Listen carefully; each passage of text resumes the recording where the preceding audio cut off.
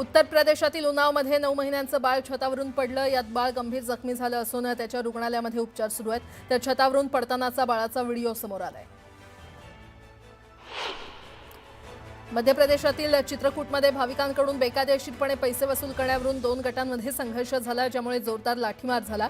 गुप्त गोदावरीचं लवकरच दर्शन देण्याच्या नावाखाली आरोपी पैसे उकळत होते असा आरोप करण्यात आला। उत्तर प्रदेशातील बांदामध्ये रस्त्यावरील कचरा साफ करण्यावरून 2 गटात वाद झाला आणि वादाचं रूपांतर हाणामारीमध्ये झालं। या वादाचा व्हिडिओ चांगलाच व्हायरल झालाय। यूपीतल्या कनौजमध्ये भिंत तोडण्यावरून 2 गटांमध्ये हाणामारी झाली। या हल्ल्यामध्ये अनेक जण जखमी झाले। छत्तीसगडमधील अंबिकापूरमध्ये एका तरुणावर लोखंडी रॉडने हल्ला करण्यात आला। याचा व्हिडिओ सध्या व्हायरल झालाय। उत्तर प्रदेशच्या बालियामध्ये एका पाळीव कुत्र्यानं एका माणसाला चावल्यानं गोंधळ उडाला। त्यानंतर कहर म्हणजे कुत्र्याच्या मालकानं तक्रार केल्यानं तक्रारदारालाच काठ्यांनी मारहाण केली। या प्रकरणी पोलिसांकडून तपास सुरू आहे। मध्य प्रदेशातील रायसेनमध्ये एका महिलेला आणि तिच्या मुलीला सार्वजनिक ठिकाणी मारहाण करण्यात आली आहे। शेजारी राहणाऱ्या एका महिलेवर आणि तिच्या मुलावर हल्ला केल्याचा आरोप करण्यात आलाय। यूपीतल्या हापूर येथील एका क्लिनिकमध्ये दिवसाढवळ्यात चोरी करण्यात आली। या प्रकरणी पोलिसांकडून आरोपीचा शोध घेतला जातोय। उत्तर प्रदेशातील कासगंजमध्ये 2 गटात गोळीबार आणि दगडफेक झाली। याचा व्हिडिओ सोशल मीडियावर चांगलाच व्हायरल झालेला आहे। त्यामुळे पोलिसही आरोपीच्या शोधात गुंतले। अहमदाबादमध्ये लोखंडी पाईपमध्ये फटाके फोडल्यानं अपघात झाला। या अपघातात एका मुलीचा मृत्यू झाला असून संपूर्ण प्रकार सीसीटीव्हीमध्ये कैद झालाय। यूपीतल्या अयोध्येत पोलिसांचा क्रूर चेहरा समोर आलाय। राम मंदिराजवळ प्रसाद विकणाऱ्या दुकानदाराला पोलिसांनी मारहाण केली। या घटनेनंतर संताप व्यक्त केला जातोय। उत्तर प्रदेशातील अलीगढ येथील लाल मशिदीजवळील एका प्लास्टिकच्या गोदामात भीषण आग लागली। बऱ्याच प्रयत्नानंतर आग आटोक्यात आली। गुजरातमधील द्वारका येथील एका कारखान्यात भीषण आग लागली। अग्निशमन दलाच्या जवानांनी अनेक तासांच्या प्रयत्नानंतर आग आटोक्यात आणली। लखनौमधील अलीगंज येथे आग विझवण्याचा प्रयत्न करत असताना बाल्कनी कोसळून 4 अग्निशमन कर्मचारी जखमी झाले। ही आग 3 मजली इमारतीतील पाईपच्या गोदामात लागली। उत्तर प्रदेशच्या कॅबिनेट मंत्री बेबी राणी मौर्य यांचा लखनौला जात असताना आग्रा एक्सप्रेसवेवर अपघात झाला। डायव्हर्जन सिग्नल नसल्यामुळे मंत्र्यांची गाडी एका ट्रकला धडकली। सुदैवानं यात कुठलीही जीवितहानी झाली नाही। यूपीतल्या आग्रा इथे एका भरधाव वेगाने येणाऱ्या कारनं अनेक लोकांना चिरडलं। त्यात 3 जणांचा मृत्यू झालाय। पोलिसांनी जखमींना रुग्णालयात दाखल केलं। जैसलमेर बस अपघाताचा फॉरेन्सिक अहवाल समोर आलेला आहे। 26 प्रवाशांचा मृत्यू धूर आणि कार्बन मोनॉक्साईडमुळे गुदमरल्यामुळे झाला असं अहवालातून समोर आलंय। नहाय खाय यानं छठ पूजेचा सण सुरू झालेला आहे। 27 ऑक्टोबरला मावळत्या सूर्याला अर्ध्य देऊन मंगळवारी उगवत्या सूर्याला अर्ध्य अर्पण करून याची सांगता होणार आहे। छठ पूजेनिमित्त रेल्वेकडून मोठी तयारी करण्यात आली आहे। उत्तर भारतातील 21 स्थानकांवर छठची गाणी लावण्याची सूचना देण्यात आली आहे। हिमाचलच्या मनालीमध्ये बर्फवृष्टीमुळे थंडीत वाढ झाली आहे। डोंगराळ भागात सतत होणाऱ्या बर्फवृष्टीमुळे मैदानी भागातही थंडी वाढली आहे। कृत्रिम पावसाद्वारे दिल्लीतील प्रदूषण पातळी कमी करण्याची तयारी करण्यात आली आहे। रेखा गुप्ता सरकार IIT कानपूरच्या मदतीनं दिल्लीमध्ये क्लाउड सीडिंग करणार आहे। तामिळनाडूमध्ये मुसळधार पावसामुळे अनेक भागात पाणी साचण्यास सुरुवात झाली आहे। थुथुकुडीमध्ये मुसळधार पावसामुळे बाओबाब झाडाच्या सुरक्षिततेबाबत चिंता निर्माण झाली आहे। संरक्षण मंत्री राजनाथ सिंह यांनी भव्य शक्ती लष्करी सराव पाहिला, ज्यामध्ये टँक आणि ड्रोनसह भविष्यकालीन युद्ध कौशल्य दाखवण्यात आले। इंडियन एअरलाइन्सचं हिवाळी उड्डाण वेळापत्रक 26 ऑक्टोबर रोजी जाहीर केलं जाईल। दर आठवड्याला 26,000हून अधिक उड्डाणं चालवली जातील।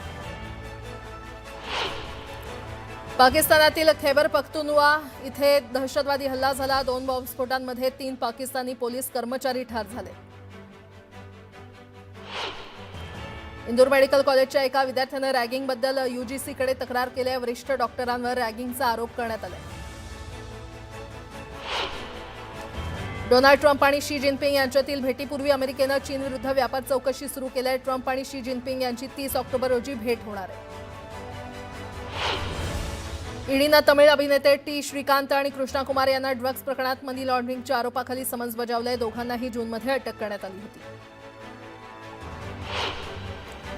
गृह खात्याकडे फडणवीसांचं लक्ष नाहीये. फडणवीसांचं लक्ष फक्त राजकारणाकडे आहे अशी टीका संजय राऊतांनी केली आहे. गृह खातं अजगरासारखं निश्चित पडलेलं आहे. असंवेदनशीलपणे गृह खात्याचा कारभार सुरू आहे असा हल्लाबोल देखील राऊतांनी केला. राज्यात महिला सुरक्षा वाऱ्यावर आहे आणि पोलीस आणि कायद्याची भीती राहिलेली नाहीये. पोलीस खातं विरोधकांवर लक्ष ठेवण्यासाठी ठेवलंय असा हल्लाबोल खासदार संजय राऊतांनी केलाय. पोलिसांचा गैरवापर सुरू असल्यानं फलटण आणि मुंबईसारख्या दुर्घटना सतत घडत राहतील असंही राऊत म्हटलंय. महिला डॉक्टरच्या आत्महत्या प्रकरणातील आरोपी प्रशांत बनकरला सातारा पोलिसांनी पुण्यात बेड्या ठोकल्यात. मात्र अद्यापही पीएसआय गोपाल बदने फरार आहे. त्यामुळे त्याला अटक कधी करणार असा सवाल उपस्थित करण्यात येतो.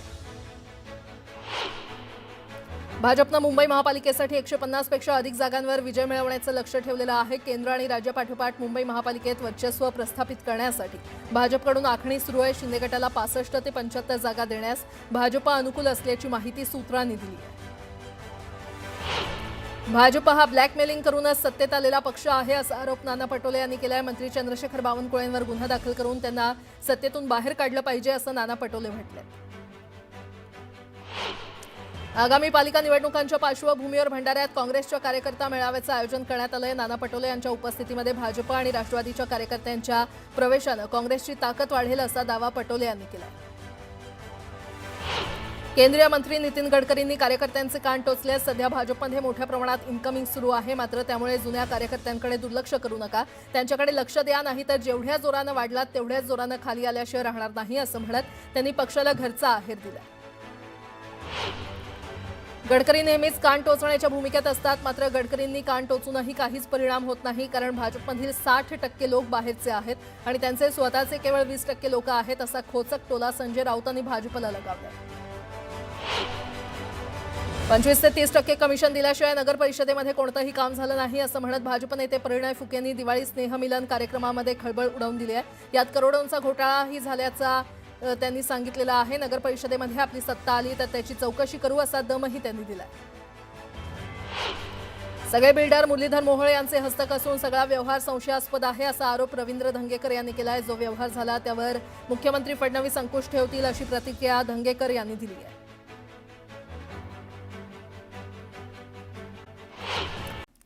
मुख्यमंत्री फडणवीसांनी शक्तीपीठ महामार्गाची अलाइनमेंट बदलणार असल्याची माहिती दिली आहे. शक्तीपीठ महामार्ग कर्नाटकच्या हद्दीतून चंदगड मार्गे जाण्याची शक्यता वर्तवण्यात येते. चंदगडचे आमदार शिवाजीराव पाटील यांनी देखील शक्तीपीठ मार्गाला समर्थन दिले. नाशिक त्र्यंबकेश्वर रस्त्यावर सुरू असलेल्या एनएमआरडीएच्या कारवाईला तात्पुरती स्थगिती देण्यात आलेली आहे. स्थानिक लोकप्रतिनिधी आणि साधू महंतांनी मुख्यमंत्र्यांची भेट घेतली. भेटीनंतर मुख्यमंत्र्यांनी कारवाईला स्थगिती दिली आहे. नागपुरात भारतीय टपाल विभागाच्या कार्यालयाच्या रोजगार मेळाव्यात 2 महिला कर्मचाऱ्यांमध्ये खुर्चीवरून जुंपल्याचं पाहायला मिळालं. एरवी राजकीय क्षेत्रातील व्यक्ती खुर्चीसाठी भांडताना आपण पाहिलंय, मात्र या कार्यक्रमात चक्क 2 महिला अधिकारी एका बसण्यावरून तूतू मेमे करताना पाहायला मिळाल्या. वाशीमध्ये बसमधील रॅकवर एका प्रवाशाची 60,000ची रोख रक्कम आणि लॅपटॉप, महागडे कपडे यासह इतर मौल्यवान वस्तूंची विसरलेली बॅग त्या प्रवाशाला वाहकानं परत केली. बॅग परत मिळाल्यानं प्रवाशानं एसटी वाहक अमोल वैद्य यांचे आभार मानले. मालेगाव शहरात नाशिक ग्रामीण पोलीस आणि शांतता समितीच्या संयुक्त विद्यमानं रन फॉर युनिटी मॅरेथॉन स्पर्धेचं आयोजन करण्यात आलं. या मॅरेथॉनमध्ये मंत्री दादा भुसे सहभागी झाले होते. अरबी समुद्रात वादळ सदृश्य वातावरण निर्माण झालेलं आहे. त्यामुळे गुजरातसह अन्य भागातील मच्छीमार नौका देवगड बंदरात विसावलेल्या आहेत. 2 दिवस वादळ सदृश्य वातावरण असल्यानं मच्छीमारी व्यवसाय ठप्प झालाय. पिंपरी चिंचवड शहरातील वाढतं नागरीकरण आणि वाहनांची वाढती संख्या लक्षात घेत शहरात इलेक्ट्रिक वाहनांसाठी 22 ठिकाणी खासगी संस्थेद्वारे ई चार्जिंग स्टेशन सुरू करण्यात आलेत. त्यामुळे पिंपरीकरांची चिंता मिटली आहे. आरटीओ कर्मचाऱ्यांनी रिक्त पदं भरणं, पदोन्नती देणं आणि कळसकर समितीच्या शिफारसीची अंमलबजावणी करणं आदी मागण्यांसाठी सोमवारपासून बेमुदत साखळी उपोषणाचा इशारा दिलाय.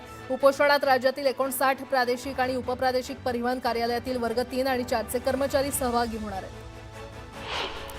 वारकरी भाविकांच्या सोयीसाठी कार्तिकी एकादशी निमित्त मध्य रेल्वेनं मोठा निर्णय घेतलाय. पंढरपूरकडे जाणाऱ्या वारकऱ्यांची गर्दी लक्षात घेऊन रेल्वे प्रशासनानं मिरज, लातूर आणि सोलापूर ते मिरज दरम्यान विशेष गाड्या चालवण्याची घोषणा केलेली आहे. या गाड्या 30 ऑक्टोबर ते 4 नोव्हेंबर कालावधीमध्ये धावणार असून एकूण 36 फेऱ्या चालवल्या जाणार आहेत. चंद्रपूर मूल मार्गावरील केसला घाट परिसरात एका वाघिणीचा दुचाकीच्या मागे धावतानाचा थरारक व्हिडिओ सध्या सोशल मीडियावर जोरदार व्हायरल होतोय. माहितीनुसार ही केमार्क वाघीण असून ती सध्या बफर क्षेत्रातून त्या परिसरात भ्रमण करते. वर्धा शहरात वाहतूक नियंत्रण शाखेचं नियोजन नसल्यानं वाहतूक व्यवस्थेचा बोजवारा उडालेला आहे. जड वाहनं आणि मोठ्या प्रवासी ट्रॅव्हल्सना शहरात बंदी घातली आहे. मात्र असं असतानाही खुलेआम ट्रॅव्हल्स होत असल्यानं संताप व्यक्त केला जातो. वर्ध्याच्या सेलू कृषी उत्पन्न बाजार समितीमध्ये शेतमालाला अवकाळी पावसाचा फटका बसलाय. सोयाबीन भिजल्यानं शेतकरी संतापलाय. संतप्त शेतकऱ्यांनी बाजार समिती प्रशासनाला जाबही विचारला. सभापती आणि सचिवांशी भांडत आपला आक्रोशही शेतकऱ्यांनी व्यक्त केला. सोलापूर शहर पोलिसांनी मोठी कारवाई केली आहे. गहाळ किंवा चोरीला गेलेले तब्बल 231 मोबाईल पोलिसांनी हस्तगत केले आहेत. तब्बल 46,20,000चे मोबाईल परत मिळवत मोबाईल त्यांच्या मालकांना परत केलेले आहेत. अमरावतीच्या महालक्ष्मी जिनिंग प्रेसिंगमध्ये कापसाला प्रति क्विंटल 7,500 रुपये इतका भाव मिळाला. आमदार रवी राणा यांनी महालक्ष्मी जिनिंग प्रेसिंगमध्ये या कापूस खरेदीचा शुभारंभ केला. 15 शेतकऱ्यांनी कापला कापूस या महालक्ष्मी जिनिंग प्रेसिंगमध्ये विक्रीसाठी आणला. कोल्हापूर जिल्ह्यातील कागलमधील यात्रेत आकाश पाळण्यामध्ये बसलेले 18 नागरिक अडकले होते. यात लहान मुलांचा देखील सहभाग होता. 70 फूट उंचीवर अडकलेल्या नागरिकांनी तब्बल 5 तास जीव मुठीत घेऊन राहावं लागलं. त्यानंतर त्यांची सुखरूप सुटका करण्यात आली. पिंपरी चिंचवड शहरातील स्वच्छता विभागाच्या कर्मचाऱ्यांनी दिवाळीच्या 6 दिवसातील कचरा संकलित केलाय. फटाके, फुलांची तोरणं, प्लास्टिक पॅकिंग आणि अन्य प्रकारचा असा तब्बल 8,795 टन कचरा गोळा केलाय. भाऊबीजेसाठी लाडक्या बहिणींनी माहेरी जाण्यासाठी एसटीला पसंती दिली. अमरावती मध्यवर्ती बस स्थानकात शेकडो लाडक्या बहिणींची गर्दी पाहायला मिळाली. महावितरण कंपनीच्या लोंबकळणाऱ्या तारांच्या शॉर्ट सर्किटमुळे 3 एकरवरील ऊस जळून खाक झालाय. पाखोरा शिवारातील ही घटना असून ऊस उत्पादक शेतकऱ्यांना संताप व्यक्त करत नुकसान भरपाई देण्याची मागणी केली आहे. अहिल्यानगरच्या निवासामध्ये नितीन वैरागर या युवकाला काही जणांनी बेदम मारहाण केली. हल्लेखोरांनी त्याला मृत समजून सोडून दिल्यानंतर स्थानिकांनी त्याला तात्काळ उपचारासाठी रुग्णालयात दाखल केलं. या घटनेची माहिती मिळताच आरपीआयचे प्रदेशाध्यक्ष सचिन खरात यांनी रुग्णालयामध्ये भेट देऊन वैरागर यांची विचारपूस केली. मुंबई गोवा महामार्गालगत साईस्ते इथे सापडलेला मृतदेह हा बँगलोर येथील श्रीनिवास रेड्डी यांचा असल्याचं प्राथमिक तपासामध्ये निष्पन्न झालंय. तिलारी येथे दरीमध्ये आढळलेली कार देखील त्यांच्याच मालकीची असल्याचं सांगितलं जातंय. मृताचे नातेवाईक आल्यानंतर या घटनेचा उलगडा होणार आहे. छत्रपती संभाजीनगरात बंदुकीचा धाक दाखवत दहशत निर्माण करणाऱ्या एका आरोपीला पोलिसांनी अटक केली आहे. या आरोपीकडून पोलिसांनी 6 जिवंत काडतुसं आणि 2 बंदुकी जप्त केल्या. ऐन दिवाळीत फटाक्यांमुळे तुंबळ हाणामारी झाली आहे, तर काही टवाळखोरांनी रस्त्यानं ये जा करणाऱ्यांच्या अंगावर पेटते फटाके फेकल्यानं देखील वाद झाला होता. तर काही टवाळखोरांनी रस्त्यावर पेट्रोल टाकत त्यात फटाके फोडले. या प्रकरणी पोलिसांनी 5 तरुणांवर गुन्हा दाखल केलाय. गोंदियात मोठ्या भावानंच लहान भावाचा काटा काढलाय. नेहमी वादविवाद होत असल्यानं मोठ्या भावानं लहान भावाची हत्या केली. स्थानिक गुन्हे शाखेनं मोठ्या भावाला अटक केली आहे. जळगावच्या भुसावळ येथील रेल्वे स्टेशन परिसरात 5 वर्षाची मुलगी बेपत्ता झाली असून अज्ञात व्यक्ती मुलीला घेऊन पसार झाल्याचा अंदाज व्यक्त केला जातोय. या प्रकरणी मुलीची आई काजल ठाकूर हिनं बाजारपेठ पोलीस स्टेशनमध्ये तक्रार दिली असून पोलिसांनी घटनास्थळी पाहणी केली. दरम्यान बेपत्ता मुलीचा पोलिसांकडून शोध घेतला जातो. नवी मुंबईतील बेलापूरसह शहरातील अनेक भागांमध्ये खुलेआम अंमली पदार्थांची विक्री करण्यात येत असल्याचा धक्कादायक प्रकार समोर आलाय. ड्रग्ज विक्रीचा व्हिडिओ न्यूज 18 लोकमतच्या हाती लागलाय. आता या प्रकरणी पोलीस काय कारवाई करणार याकडे सगळ्यांचं लक्ष लागलंय.